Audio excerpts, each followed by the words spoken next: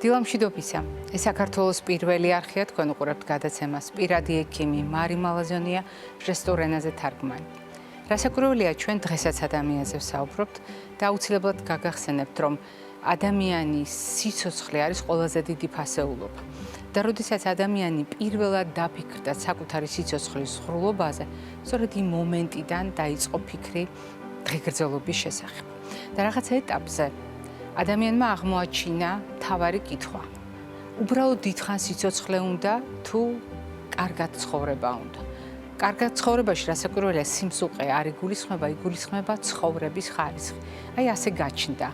ერთი მხრივ სიცოცხლის ხანგრძლივობა და მეორე მხრივ ცხოვრების ხარისხი და მათი ურთიერთობა იმდენად მჭიდროა დღევანდელ მეცნიერებაში, რომ წარმოუდგენელია ვისაუბროთ ადამიანის სიცოცხლეზე ცხოვრების ხარისხის გაუთვალისწინებლად. ასეთ შემთხვევაში აუცილებლად გვიჩნდება ჩვენ კითხვა, კი მაგრამ რა არის ეს ცხოვრების ხარისხი? სიცოცხლე ბევრად უფრო ადვილი აღსაქმელია თითქოს ცოცხალი ადამიანი, რას გულისხმობს, რას ნიშნავს. მე ვფიქრობ, ფართო საზოგადოებისთვის ადვილად გასაგებია, მაგრამ რა არის ეს ცხოვრების ხარისხი? მას რამდენიმე წახნაგი აქვს და ჩვენ ამაზე არაერთხელ გვისაუბრია. თუმცა თუ წარმოვიდგენთ იერარქიას, მაშინ რა თქმა უნდა, მოვლენების ეპიცენტრში არის ერთი ადამიანის სიცოცხლე და მასთან დაკავშირებული ფიზიკური, მენტალური, სოციალური კეთილდღეობა.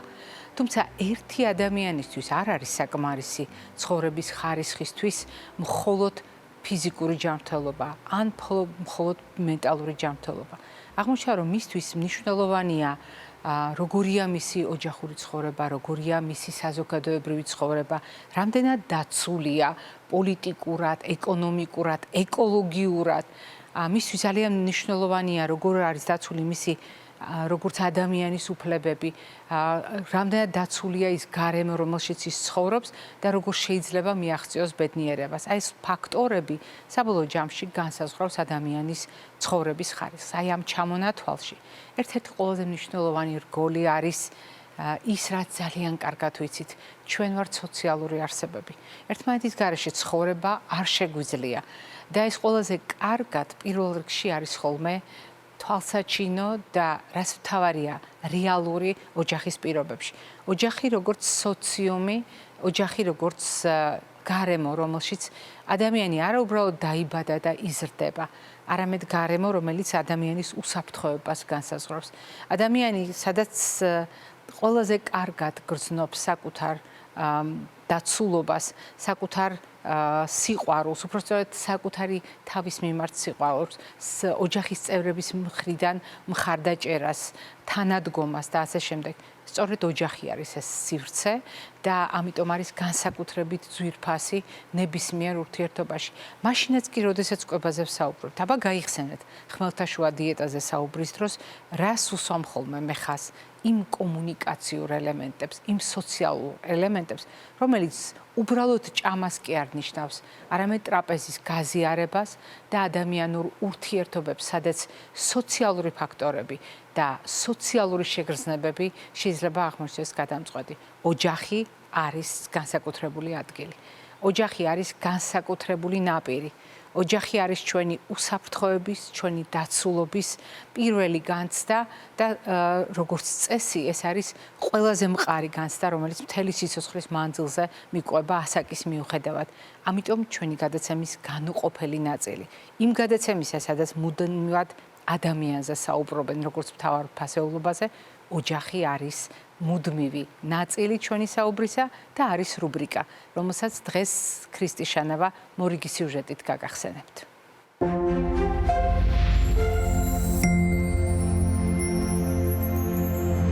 ვიწყებთ. შეგვიძლია? ფაქტობრივად არ მახსოვს ჩემი თავი მარტო. ანუ დაახლოებით ვიყავი 4 წლინახევრის, რომ გაჩნდა მარიამი და მარიამის დაბადებას ველოდებოდი აი სრული აღმაფრენით და მე ვაგულიანებდი დედაჩემს, რომ დედა არ ინერვიულო, დღეს მარიამი ჩნდება და ვიცოდით, რომ მარიამი უნდა დაბადებულიყო. უნდა იყოს სახლში აუცილებლად ხმაური, სიჩუმე თუ რაღაცა, ესე იგი რიგზე არ არის, ვიღაცა გვაკლია, ნატალიკო გამოვიყვანათ, აი მიყვარს აი ეს ერთობლივი და ზუსტად მაგას ვარ მიჩვეული ჩემს მეგობრებთანაც. მე ჩამომაყალიბა ყოველ შემთხვევაში ექსტროვერტად და ესეთ პიროვნებად და სხვანაირად ჩემი თავი ვერ წარმომიდგენე. ზუსტად ვიცი, რომ ეს ყველაფერი სამი გოგოს დამსახურება და დედა ჩემი. აი რომ შემოდიო რა მაგალითად სახში, აი ნატალია და ბარბარა რომ შემომეგებებიან ხოლმე, რამდენად ცუდ ხასიათის არ უნდა ვიყო, ძალიან მიხალისებ ეს. მე შენ. არა, თქვი ახლა შენ რომ მართა მყავს დაიყვები. არა, თუ ესა. კარგი, მე ძალიან მიყვარს ბარბარე. ხა შენ თქვი. კარგი, ბავშვა. რა შენ გინდა შენს გოგოებზე? კიდე მაძი თემით რა. თქვი. ია, ბარბარე ყარაბაგი, ატლიკის მეტეკრაზე. მე ავსემი და აბი მართა, მარიამი და ნატალია. და გორი. ძალიან მიყვახათ. მე ვარ ეკატერინე ყიფიანი, 45 წლის. მრავალშვილიანი ოჯახი გვაქვს. 4 გოგო მყავს, მართა 19 წლის, მარიამი 15-ის, ბარბარე 10-ის და ნატალია 5 წლის. ბედნიერები ვართ, მე მგონი ერთმანეთი რომ ყავს. არა, ბარბარეს დიაგნოზმა ალბათ ყველა შეგვცვალა. დიდებიც და პატარებიც. აქვს დაუნის სინდრომი, არის ძალიან ყოჩაღი, ენერგიული.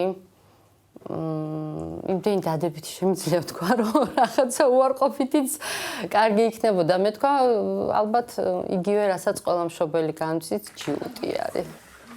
როგორც კი გამოვედით სამშობი არ უნდა დიაგნოზი, სადაც უკვე ცხადი იყო, გოგოებს თავიდანვე უთხარი და ძალიან მიხარია, რომ ეს ნაბიჯი გადავდგი. ზოგი მიჩევდა, რომ აი ბავშვები არიან, რა საჭიროა, მაგრამ მე პირიქით ჩავთვალე, რომ ეს იქნებოდა ერთადერთი სწორი ნაბიჯი ბარბარეს განვითარებისთვის. მას მერე ესე მოვდივართ, ძალიან დიდი წვლილი მიუძღვის ბარბარეს განვითარებაში მართას და მარიამს, განსაკუთრებით გამოვყოფ მარიამს. იმდენად გადაჯაჭვული ერთმანეთზე, ჩვენ ბარბარეს ვჭირდებით და ბარბარე ჩვენ ძალიან გვჭირდება. გოგოების განვითარებაზე ბარბარესაც ძალიან დიდი გავლენა აქვს. მართას, მარიამის ამ შემთხვევაში დიდები არიან და იმიტომ, რა თქმა უნდა, ნატალიას ცხოვრებაც სულ რადიკალურად შეცვალა ბარბარემ. მათი მსხვერპლობაც სრულიად შეიცვალა. ზუსტად ვიცი, რომ კეთილსინდისიერები არიან ნებისმიერ დიაგნოზის მიმართ. ყველაზე მთავარი ჩემთვის ეს არის, რომ იყო კეთილშობილი, ღირსეული ადამიანი და ადამიანის დაფასება შეეძლოს. 10 შვილი რო ყავდეს, საზრუნავი, საფიქრალი თითოეულზე მაინც ბევრი არის. ამ შემთხვევაში მაინც გამირბის ხოლმე ფიქრები, რომ აი მე რო არ ვიქნები ნეტა ბარბარესთან, რა იქნება, როგორ იქნება. წარმომიდგენია, რომ ყველა ერთად არის. სულ როდესაც რაღაცა კადრს ვხედავ, ან რაღაცა ფიქრით ვხედავ კადრს, თუ ასე ფიქრით მივდივარ აზრი გონებით, ყველას ერთად ვხედავ. თავარი მაინც ეს არის, ოღონდ ჯანმრთელად ვიყოთ, ოღონდ მშვიდობით ვიყოთ, ერთმანეთი გვყავდეს დიდხანს. და ბედნიერების შეგრძნება, აი ეს არის უკვე. ეს არის ბედნიერების შეგრძნება და იმის იქით არ ვიცი.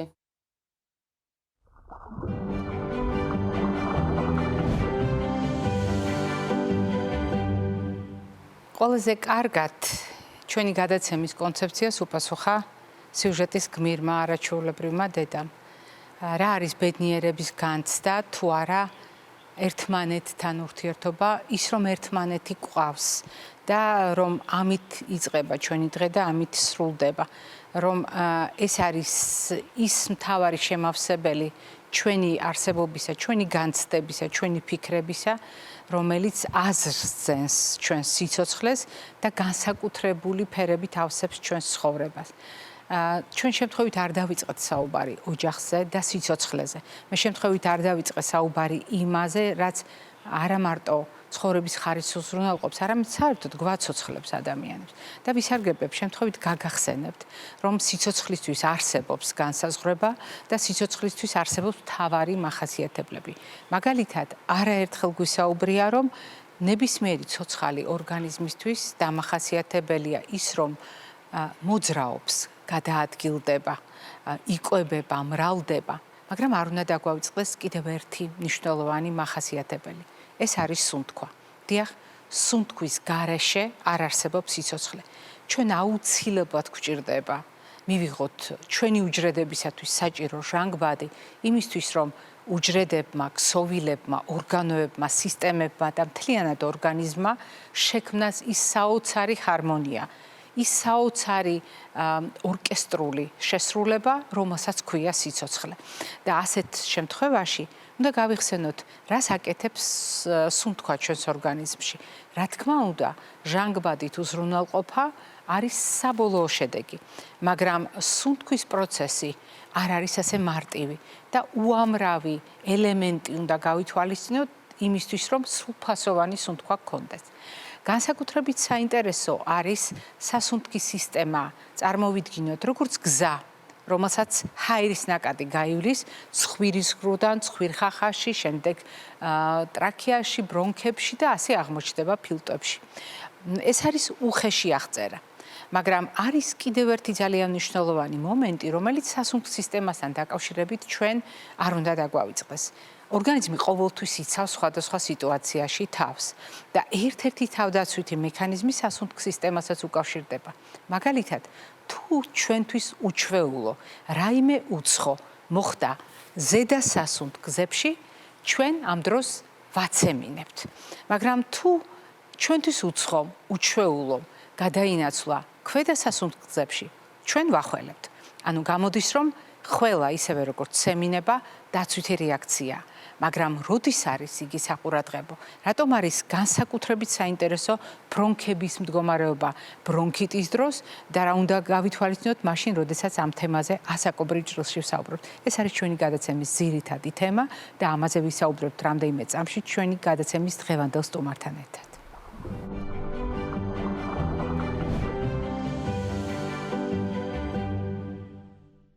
როდესაც პატარა ხდება ავად, ეს არის განსაკუთრებული მოვლენა ნებისმიერ ოჯახში. და მე ვფიქრობ, არავის უყვირს, როდესაც მშობლები ვღელავთ. მიუხედავად ჩვენი პროფესიისა, გარწმუნებთ, ექიმი, მშობლები ჟღელავენ ძალიან და განსაკუთრებით საპასუხისმგებლო არის ხოლმე მდგომარეობა, როდესაც მაგალითად ესა თუ ის პრობლემა გახანგრძლივდება. გახანგრძლივდება მაგალითად პრაქტიკულად ჯანმრთელი ბავშვის შემთხვევაში, გახანგრძლივდება გარკვეული პრობლემების მქონე ბავშვის შემთხვევაში. მდგომარეობა განსხვავებულია, მაგრამ ყველა მათგანისთვის შეიძლება საერთო აღმოჩნდეს ის საკითხები, რაზედაც დღეს ჩვენ ვსაუბრობთ. ყველაზე ნაცნობი თემაა მშობლებისთვის, ყველაზე გასაგები, განსაკუთრებით ვირუსული ინფექციების სეზონთან მიმართებაში, მიუხედავად იმისა, ეს სეზონი უკვე მთავრდება, თუ ძალას ახლა იკრებს. მშობლისათვის არ აქვს ამას მნიშვნელობა, იმიტომ რომ თუ პატარას ახველებს, თუ პატარას პრობლემები აქვს სუნთქვასთან დაკავშირებით, მშობელს აბსოლუტურად განსხვავებული აღქმა აქვს სამყაროსი და აი როგორია ეს დამოკიდებულება და სინამდვილეში არის თუ არა ეს პრობლემა და აქტუალური საკითხი, ამაზე ვისაუბრებთ დღევანდელი ჩვენი გადაცემის სტუმართან ერთად, რომელსაც თქვენ ძალიან კარგად იცნობთ ჩვენი გადაცემის მეგობართან, გულშემატკივართან ერთად, რომელიც გახლავთ პედიატრი პროფესორი ქალბატონი ფიქრია ჟვანია. ფიქრია, დილამშვიდობისა. დილამშვიდობის. მიხარია თქვენი მორიგი სტუმრობა, მით უფრო რომ ძალიან ხანდაზმულია უკვე ჩვენი ურთიერთობა და მრავალი წლის მანძილზე ბავშვის ჯანმრთელობის სხვადასხვა წახნაგზე არაერთხელ გვისაუბრია. როდესაც ხველა ვახსენე, მე შესავალში ისიც ვთქვი, რომ ხველა დაცვითი რეაქცია, ისევე როგორც სემინება. მაგრამ ხველაც არის და ხველაც და ხველა და ბრონქიტი არის თუ არა ერთ-ერთი ყველაზე ხშირი პრობლემა, რომლის გამოც თქვენ გიწევთ ხოლმე მშობელთან ურთიერთობა, ბავშვის ჯანმრთელობის მართვა და ასე შემდეგ. მოგესალმებით, მადლობა. მომიწვიეთ ასეთ საინტერესო თემაზე. მშობლების მომართვიანობა, რა თქმა უნდა, ბავშვთან ერთად რიგში არის ცხელებით და შემდეგ ყველა ერთ-ერთი ხშირი პრობლემაა ბავშვებში და განსაკუთრებით ჩულასაკში. ყველა არის ჯერ განვარტოთ რა არის ეს, ყველა არის დაცვითი მექანიზმი. ეს არის სიმპტომი და ეს არის ეგრეთ წოდებული სიგნალიზაცია, რომელიც აუწყებს, რომ რაღაცა ხდება ძირითადად სასუნთქ გზებში. ყველა თავად ძალიან საინტერესო მექანიზმია, რომელშიც მონაწილეობს თავის ტვინი, სასუნთქი გზები და თავად ჰაერი. როგორ ასუფთავებს ორგანიზმი და რას ასუფთავებს?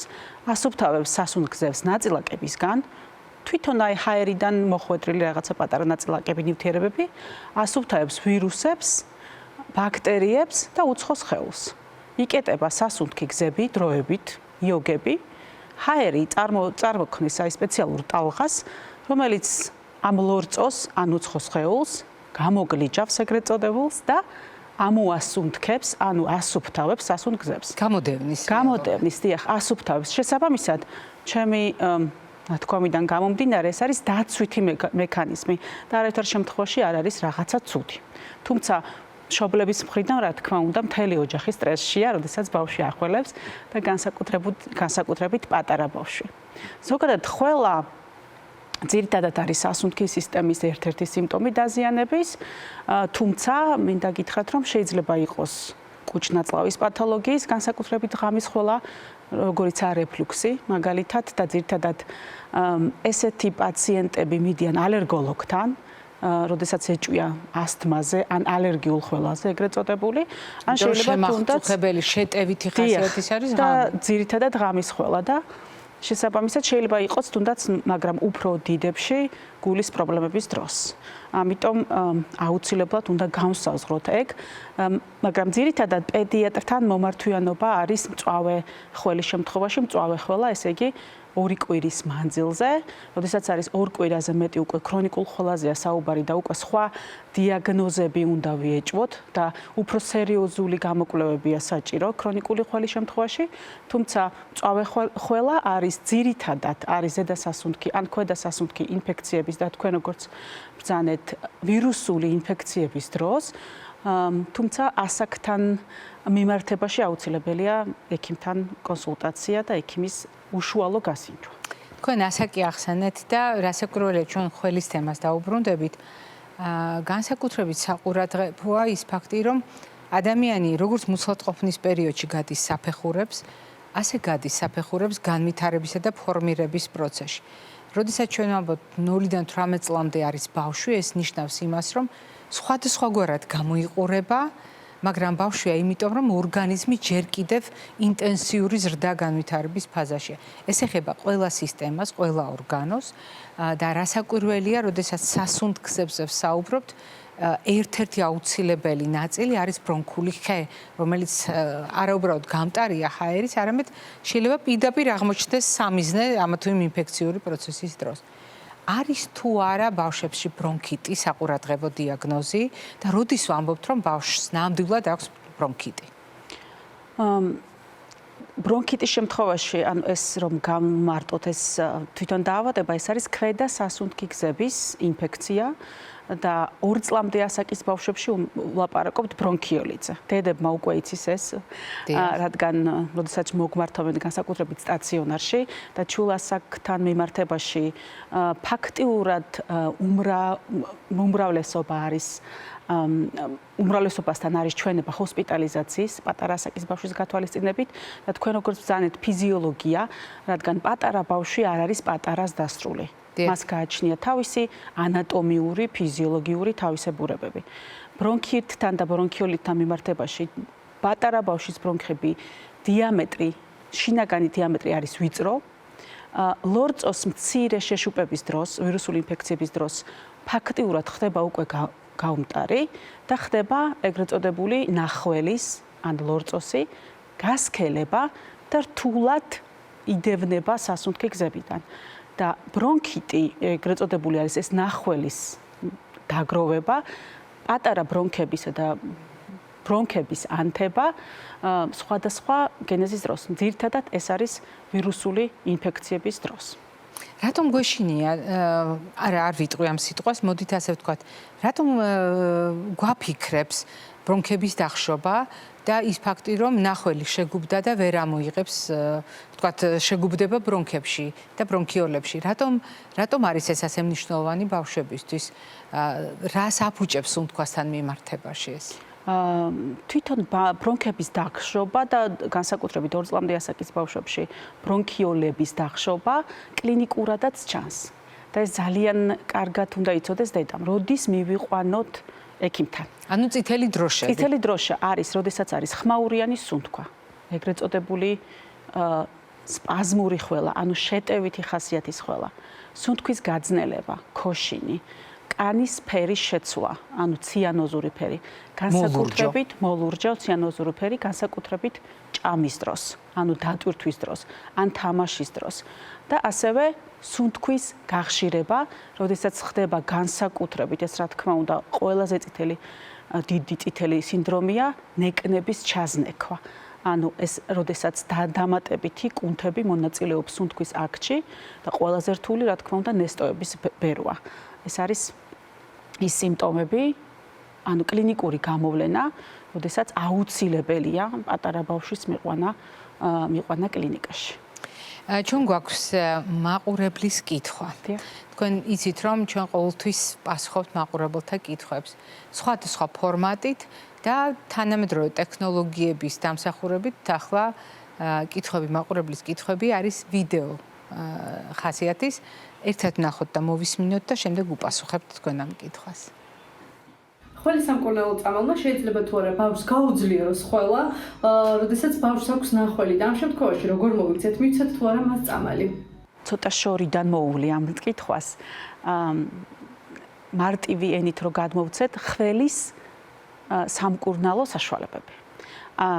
ჩემი უკვე ნათქვამიდან, ანუ მექანიზმიდან გამომდინარე ხველის თავის ტვინი მონაწილეობს ხველის აქტში და შესაბამისად ერთ-ერთი სამკურნალო საშუალება არის ხველის დარდგუნვა, მაგრამ განსაკუთრებით 6 წლამდე ასაკის ბავშვებში არ გამოიყენება ეს. მეორე არის ხველის ნახველის დამათხელებლები, ეგრეთ წოდებული, რომელიც უფრო მარტივად ამ სქელ ნახველს აკუცმაცებს, რომ ხველის დროს მარტივად ამოიღოს ეს ნახველი და მესამე სამკურნალო საშუალებები არის ეგრეთ წოდებული ხველის კუნთების გამაძლიერებლები, რომ ამოახველოს ნახველი. შესაბამისად, აი კითხვიდან გამომდინარე, პატარა ასაკის ბავშვებში არც ერთი ზემოთ აღნიშნული პრეპარატები არ გამოიყენება. განსაკუთრებით მუკოლიტიკები, ეგრეთ წოდებული ხველის ნახველის გამათხელებელი საშუალებები, რადგან ხსენებულიდან გამომდინარე, ვიწრო ბრონქებს ავსებს, ახშობს, ფიზიოლოგიური თვისებებიდან გამომდინარე ბავშვის ხველა, ეგრეთ წოდებული ხველის კუნთები არ არის ჯერ მომწიფებული და შესაბამისად უფრო მეტად ვახშობთ პატარა ბრონქებს, ბრონქიოლებს და უფრო მეტი დამძიმებული სურათით შემოდიან კლინიკაში ეგრეთ წოდებული ხველის დამათხელებლებით მამკურნალები ბავშვები. ანუ რეალურად მშობლები, როდესაც დაიჩივლებენ, რომ ხველის წამალი მივეცი და კი არ დაეხმარა, მე გაუძლიერა, შეიძლება ამ მდგომარეობასთან მქონდეს საქმე, ხომ ასეა? როდესაც ნახველის გამათხიერებელმა კი არ შეუმსუბუქა პატარას მდგომარეობა, არამედ შესაბამისი უნარების და შესაბამისი რესურსების არ ქონის გამო, ჯერ კიდევ არ ქონის გამო, მივიღეთ ასეთი რეაქცია. თუ ჩვენ ვლაპარაკობთ ასეთ მდგომარეობებზე და მოდით გავყვეთ ისევ ხველასთან დაკავშირებულ საკითხს და ბრონქიტთან დაკავშირებულ საკითხს. ბრონქიტის დიაგნოზი როგორ ისმევა? ბრონქიტის დიაგნოზი მოვიდა, ექიმაში აფასა და ასე დაისვა, თუ დამატებითი კვლევები ჭირდება, ან დიაგნოსტიკური მეთოდები ვიზუალიზაციისთვის, რომ დავინახოთ პროცესი. ბრონქიტი ძირითადად არის კლინიკური დიაგნოზი. ზოგჯერ დამატებითი კვლევები გჭირდება სხვადასხვა დიაგნოზების გამოსარიცხად. ზოგჯერ. თუმცა ბრონხიტის 90% მიზეზი არის ვირუსული ინფექცია. ვირუსული ინფექცია, ქვედასასუნთქების ვირუსული ინფექცია, რომელიც გამოიხატება ქვედასასუნთქების ანთებაში და ბრონქიტის ძირითადი მაინც კლინიკური მაჩვენებელი არის ხველა და გასინჯვით ეს არის მშრალი ან სველი ხიხინი, ეგრეთ წოდებული. განსაკუთრებით პატარა ბავშვებში შეიძლება იყოს ორივე ერთად, როგორც მშრალი, ასევე სველი ხიხინი და უფრო ბაღის ასაკის ბავშვებში ან სკოლის ასაკის ბავშვებში მხოლოდ სველი ხიხინი, რადგან ეგრეთ წოდებული დიამეტრი იზრდება და გამტარიანობა ბრონქების უფრო უმჯობესდება. როდესაც ყველაზე ვსაუბრობდით, თქვენ რამდენჯერმე გაუსვით ხაზი ასაკობრივ ჭრილში რამდენად მნიშვნელოვანია ამისი აღქმა და რამდენად მნიშვნელოვანია იგივე დახმარების ან მკურნალობის ტაქტიკის შერჩევა ასაკობრივ ჭრილში. თუ დავუბრუნდებით ამ თემას ჩვენ რასაკვირველია შევეხებით. თუმცა არის ერთი მნიშვნელოვანი წახნაგი, რომელიც თქვენ უკვე ახსენეთ, მაგრამ უნდა დავაზუსტოთ. ნახველიანი და უნახველო, ანუ პროდუქტიული და არაპროდუქტიული ხველა.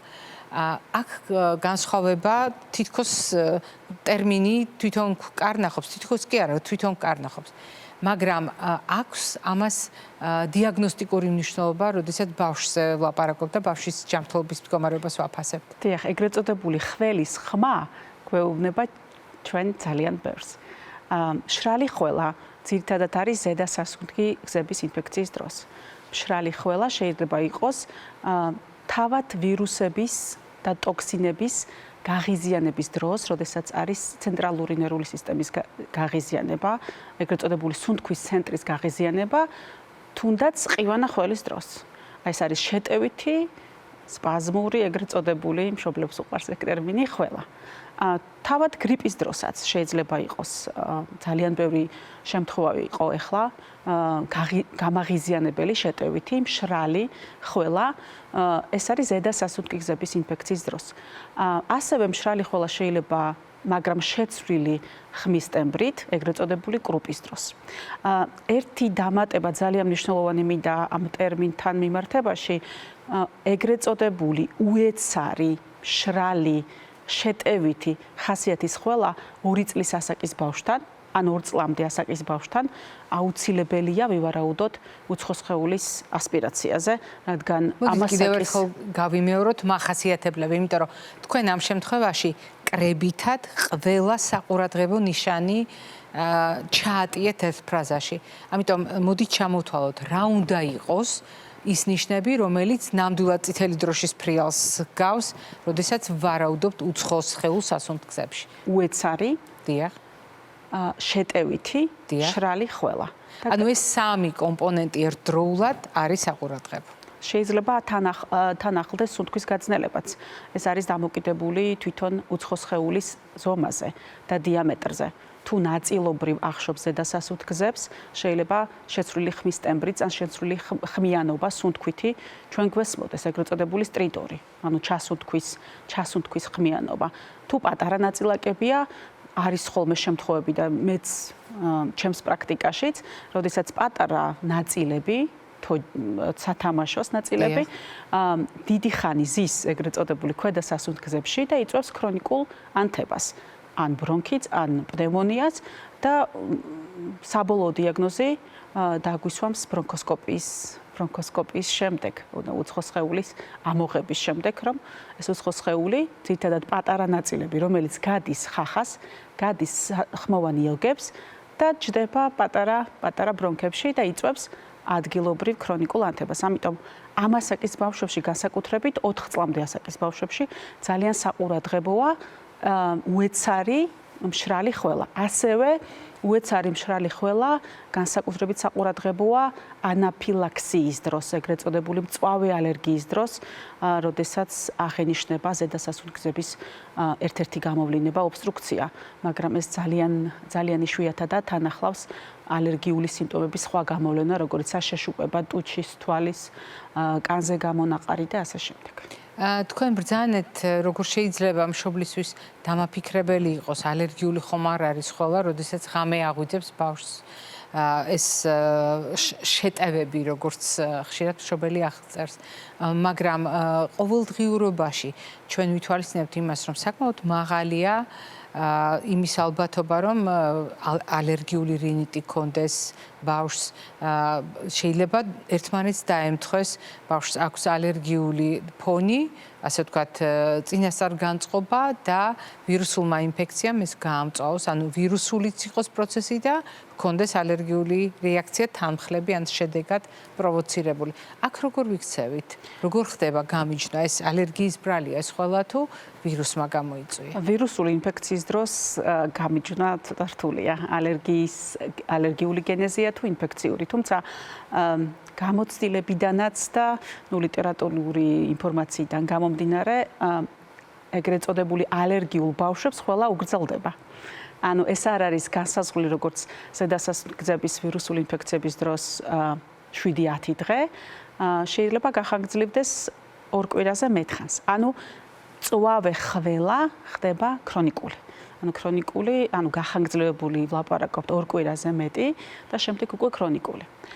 ასევე ალერგიული ხველის მაჩვენებლები კლინიკური გასინჯვის დროს არის ბრონქოობსტრუქცია, ანუ მშრალი ხიხინი. უფრო მიუთითებს ალერგიაზე, თუმცა ეს უკვე ექიმმა უნდა გადაწყდოს.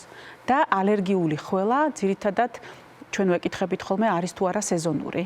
ძირითადად სეზონურობა ახასიათებს და რაღაცასთან ახალთან შეხვედრა, უცხოსთან შეხვედრა და ძირითადად უმეტესად ღამის საათებშიც ხველა, თუმცა ამ დროს მე უკვე აღნიშნე, რომ რეფლუქსი აუცილებელია გამოსარიცხე, ასევე ზედასასუნგზების ქრონიკული ინფექცია, როგორიცაა ადენოიდები. როდესაც ხდება ცხვირიდან ჩანადენის გამო ღამის ხველა. ამიტომ აქ უკვე კომპლექსური მიდგომა არის. რასაკვირველია, როგორც ყოველთვის მნიშვნელოვანია ყველა შესაძლო ფაქტორი ერთდროულად გავითვალისწინოთ და მხოლოდ მათი გამორიცხვის შემდეგ მივდივართ ხოლმე ერთ კონკრეტულ პასუხთან. მოდით საუბრის ბოლოს შევაჯამოთ ერთგვარად მხარდაჭერა, რომელიც სჭირდება მშობელს. მხარდაჭერა რა არის? ცოდნა, როგორ უნდა გაუმკლავდეს მაგალითად ხველას ბინის პირობებში, სხვადასხვა ასაკობრივ ჯგუფთან მიმართებაში. თქვენ ბრძანეთ, რომ არის კონკრეტული პრეპარატების ჯგუფი, ჩვენ ვისაუბრეთ ეფექტზე ამ პრეპარატებისა, რომელიც მაგალითად 2 წლამდე ასაკის ბავშვებისთვის არ გამოვიყენოთ, მცირე ასაკის ბავშვებისთვის არ გამოვიყენოთ, იმიტომ რომ მათ არ შეუძლიათ გათხიერებულ ნახოს გაუმკლავდნენ და პირიქით ყველა რეფლექსულად ძლიერდება. თუმცა თუ შევხედავთ რა შეიძლება გავაკეთოთ მარტივად და რა ვურჩიოთ, მოდით შევუმსუბუქოთ ეს ამოცანები მშობლებს. ხველა არ არის დაავადება, ხველა არის სიმპტომი. უპირველეს ყოვლისა. ეს არის პირველი და მთავარი. ხველა არის დაცვითი სიგნალიზაცია სასუნთქი გზების. და ხველა გვეხმარება და ეხმარება პატარას ყველა უპირველეს ყოვლისა ნახველის სასუნთქი გზებიდან ანუ სანაციის ეგრეთ წოდებული ამოსუფთავების, ასევე ვირუსების და ასევე სხვა ბაქტერიული ინფექციის. 2 წლამდე ასაკის ბავშვი, განსაკუთრებით ჩვილი ბავშვი, უნდა გასინჯოს ექიმმა. მაგრამ სახლის პირობებში არც ერთი ხველის წამალი პატარა ასაკის ბავშვებში, განსაკუთრებით 2 წლამდე ასაკის ბავშვებში არ უნდა გამოიყენოს. იმიტომ რომ არ არის მტკიცებითი მედიცინა, არც ერთ სიროპზე. ვიცით ჩვენ რომ მტკიცებითი მედიცინა ეს არ არის ჩვევა, ეს არის მტკიცებულება, არც ერთი სიროპი, არც ერთი წვეთი არ არის, ну რა თქმა უნდა, ინჰალაციის საშუალებებზე მე არ მაქვს საუბარი, კლინიკაში, რასაც ვაკეთებთ, კლინიკაში მკურნალობაზე მე ვაპარაკობ, ბინის პირობებში ვაპარაკობ, დიახ. უფროსი ასაკის ბავშვებზე? რა რეკომენდაციას მისცემთ?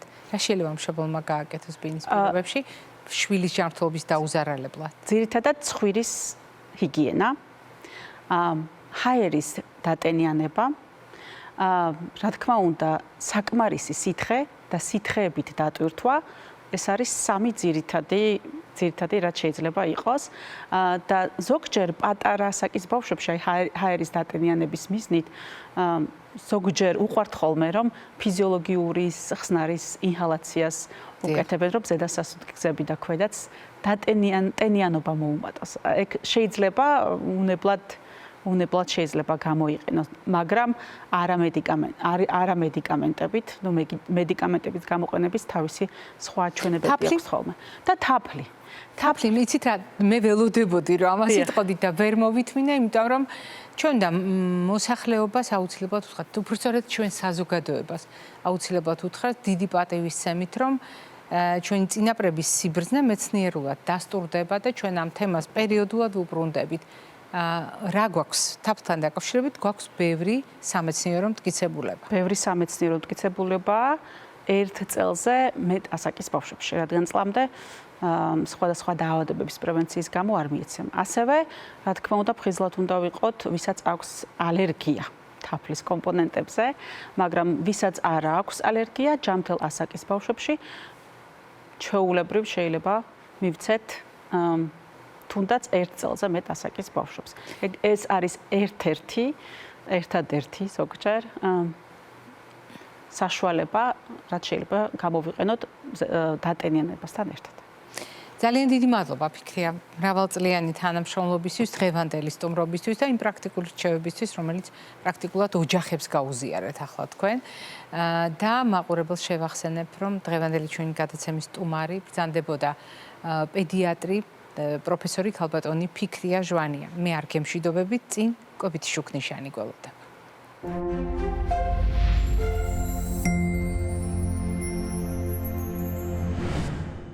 თუ თქვენ რეგულარულად უყურებთ ჩვენს კვებით შუქნიშანს, ან ხშირად უყურებთ, ან რამდენჯერმე მაინც შეგივლიათ თვალი, შეიძლება კითხვაც გიჩნდებათ, როგორ შეიძლება ამდენ პრობლემაზე ვსაუბრობდეთ, ამდენ დაავადებაზე და გამოსახულება იყოს ის თებში, რომელიც ახლა ჩემს ზურგს უკან არის. ჩვენ დიდი ხანია შევთანხმდით, რომ ეს თებში არ არის ერთ კონკრეტულ პრობლემაზე ორიენტირებული. ეს თებში არ არის ერთი ადამიანის პრობლემებზე ორიენტირებული. ეს ერთი ადამიანის ჯანმრთელობისთვისაც არ არის მხოლოდ მოფიქრებული. ეს არის გარკვეული ნაკრები რეკომენდაციებისა, რომელიც ძალიან ბევრ ადამიანს წაადგება, თუმცა არ არის მხოლოდ ერთი პერსონალური საჭიროებისთვის. ამიტომ გჭირდება ჩვენ დეტალურად საუბარი და ამიტომ გჭირდება იმის გათვალისწინება, მაგალითად, როგორ მოვიქცეთ, როდესაც ჩვენ ან ჩვენი ოჯახის წევრს ახველებს. ასაკის მიუხედავად, გასათვალისწინებელია რამდენიმე ძირითადი ფაქტორი და ამ შემთხვევაში მთავარი არის მეზობლობა, რომელიც არის საჭმლის მომნელებელ სისტემასა და სასუნთქზებს შორის. წარმოიდგინეთ ერთი წუთით, როგორია ეს ურთიერთობა, როდესაც პრაქტიკულად ერთმანეთს ერწყმის გზები ცხვირ ხახაში მიაქციეთ ყურადღება, ჰაერის ნაკადმაც უნდა გაიაროს, ამ ნაწილში დაახლოებით ხდება საკვებიც და ყოველთვის არის იმის რისკი, თუ ჩვენ რაღაც შეცდომებს დაუშვებთ, გარკვეულ ხარვეზებს არ გავითვალისწინებთ, რომ მაგალითად საკვები ნაცვლად საყლაპავისა და კუჭისა სასუნთქზებში აღმოჩნდეს. დღეს ამაზე არ ვსაუბრობთ. დღეს ჩვენ ვსაუბრობთ იმ გავლენაზე, რომელიც საკვებს შეუძლია მოახდინოს ხველის მართვისას. საკვები შეიძლება გახდეს ხველის მიზეზი და საკვებმა შეიძლება შეგვიმსუბუქოს ხველა.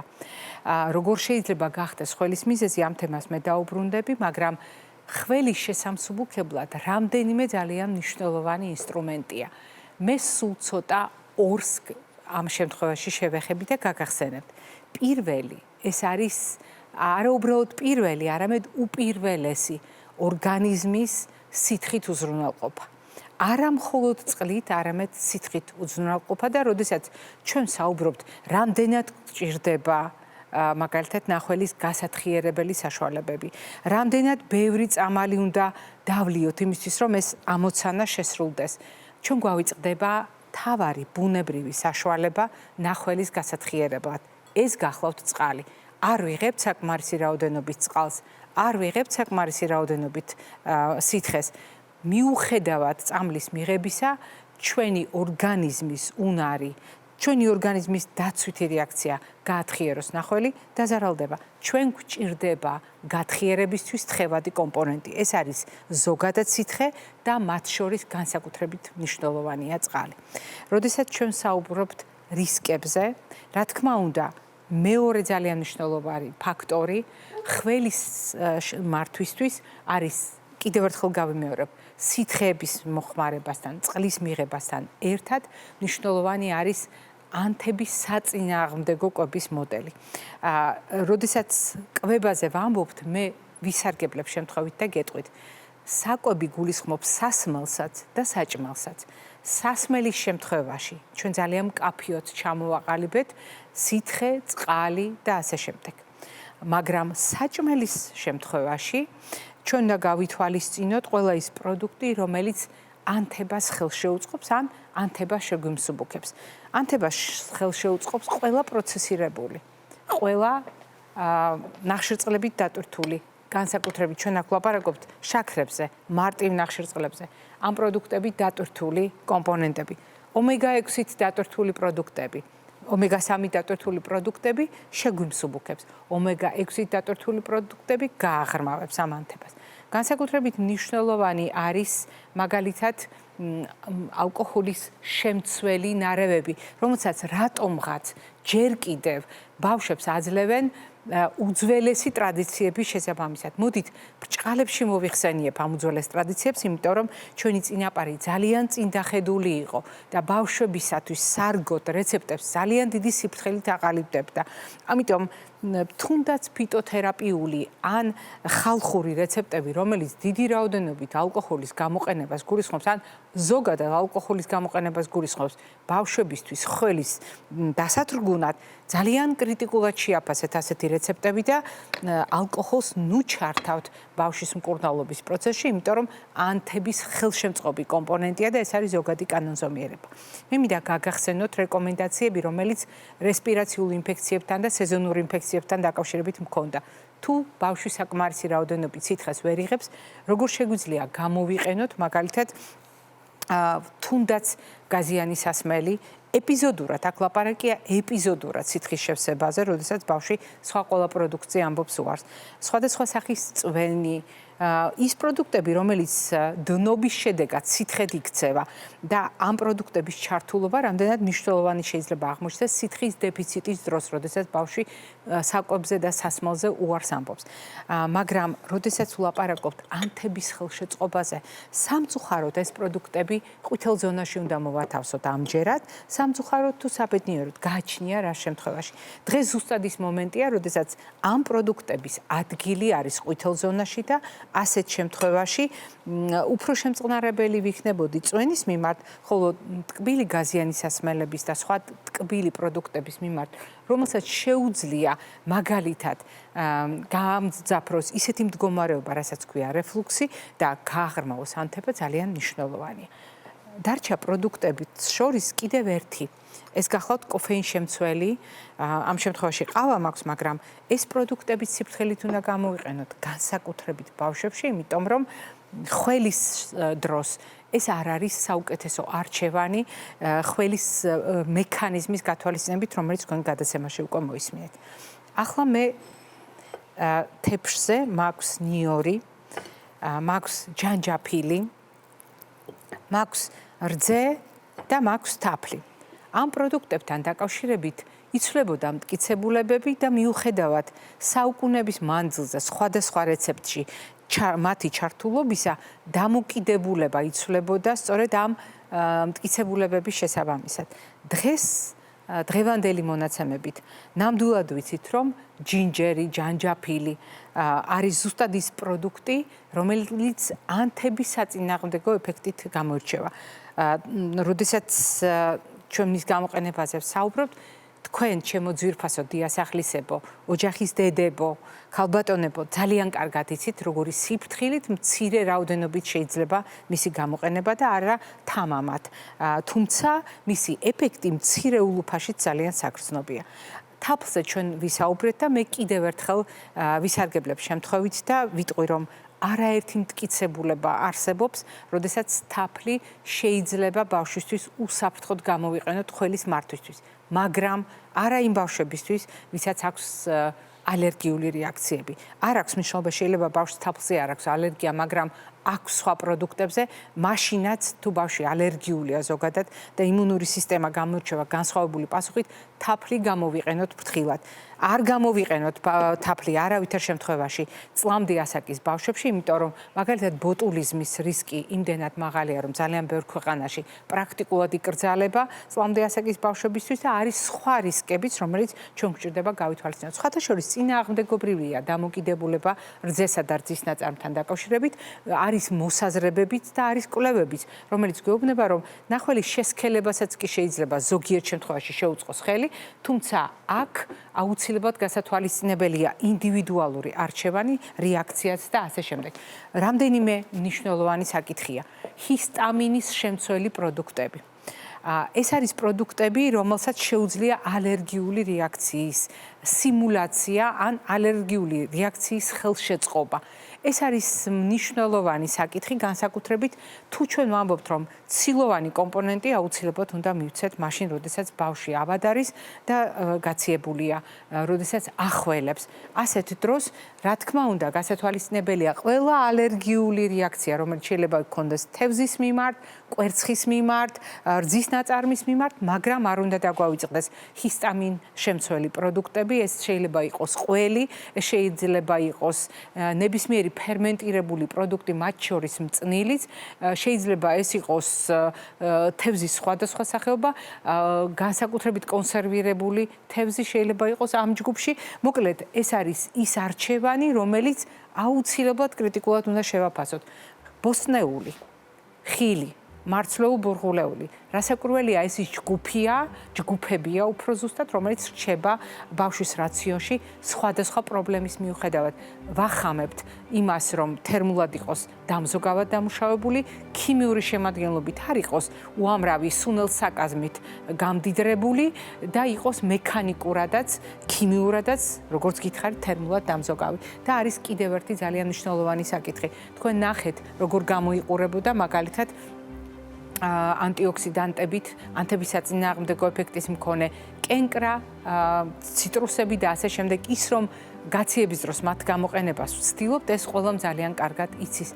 მაგრამ განსაკუთრებული ყურადღება მიაქციეთ იმ მდგომარეობას, როდესაც ხველის ხელშემწყობი ან ხველის მიზეზი არის რეფლუქსი. აქ ბავშვთა ასაკი არ განსხვავდება ამ რეკომენდაციების თვალსაზრისით დიდებისგან ერთ ძალიან მნიშვნელოვან ფაქტორთან მიმართებაში. ეს გახლავთ საკვების შინაარსი.